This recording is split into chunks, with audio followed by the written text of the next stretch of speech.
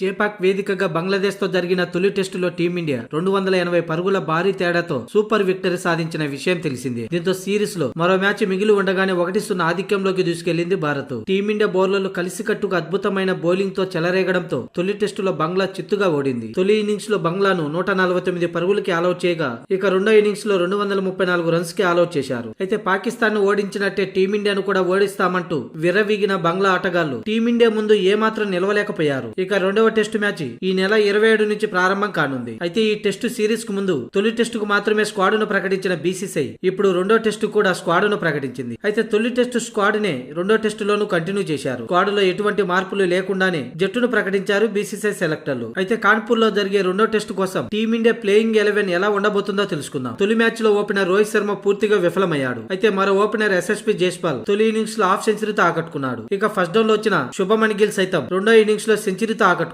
అయితే 4వ స్థానంలో వచ్చే విరాట్ కోహ్లీ మాత్రం రెండు ఇన్నింగ్స్ లోనూ పూర్తిగా విఫలమయ్యాడు. అయితే రెండో ఇన్నింగ్స్ లో ఎంపైర్ తప్పిదంతో అవుట్ అయ్యాడు. ఇక కేఎల్ రాహుల్ సైతం అంతంత మాత్రంగానే రాణిస్తున్నాడు. అయినా కూడా అతనికి రెండో టెస్టు తుది జట్టులో అవకాశం రానుంది. ఎందుకంటే రెండో ఇన్నింగ్స్ లో నాట్అవుట్ గా నిలిచాడు. ఇక రిషబ్ పంత్ తన రీ ఎంట్రీ అద్భుతంగా ఉంది. తొలి టెస్టులో సూపర్ సెంచరీతో ఆకట్టుకున్నాడు. ఇక ఆ తర్వాత ఆల్రౌండర్ల విషయానికి వస్తే జడేజా, అశ్విన్లు బ్యాట్ తో బౌలింగ్ తో అద్భుతంగా రాణిస్తున్నారు. తొలి మ్యాచ్ లో ఆల్రౌండ్ ప్రదర్శనతో టీమిండియా విజయంలో కీలక పాత్ర పోషించారు. ఇకపోతే ఫాస్ట్ బౌలర్లుగా బుమ్రా, సిరాజ్, ఆకాశ్ దీప్ బౌలింగ్ లో తమ వంతు కీలక పాత్ర పోషించారు. అయితే ఇక్కడే ఓ మార్పు జరిగే అవకాశం ఉంది. అంటే రెండో టెస్టుకు ఫాస్ట్ బౌలర్లో ఒకరిని తప్పించే అవకాశాలు కనిపిస్తున్నాయి. ఎందుకంటే కాన్పూర్ పిచ్ స్పిన్ కు అనుకూలంగా ఉండడంతో ముగ్గురు స్పిన్నర్లు, 2 ఫాస్ట్ బౌలర్లతో బరిలోకి దిగే అవకాశం ఉంది. లేదంటే విన్నింగ్ టీమ్ తోనే బరిలోకి దిగిన ఆశ్చర్యపోనక్కర్లేదు. మొత్తానికి టీమిండియా కాన్పూర్ వెళ్ళాక అక్కడ పిచ్ పరిస్థితిని బట్టి టీమ్ మేనేజ్మెంట్ ప్లేయింగ్ 11 కోసం కీలక నిర్ణయం తీసుకోవచ్చు. ఇక టోటల్ గా రెండో టెస్టులోను ధ్రువ్ జురేల్, సర్ఫరాజ్ ఖాన్, అక్షర్ పటేల్ కు మరోసారి కాన్పూర్ టెస్టులోను బెంచ్ కే పరిమితం కానున్నారు.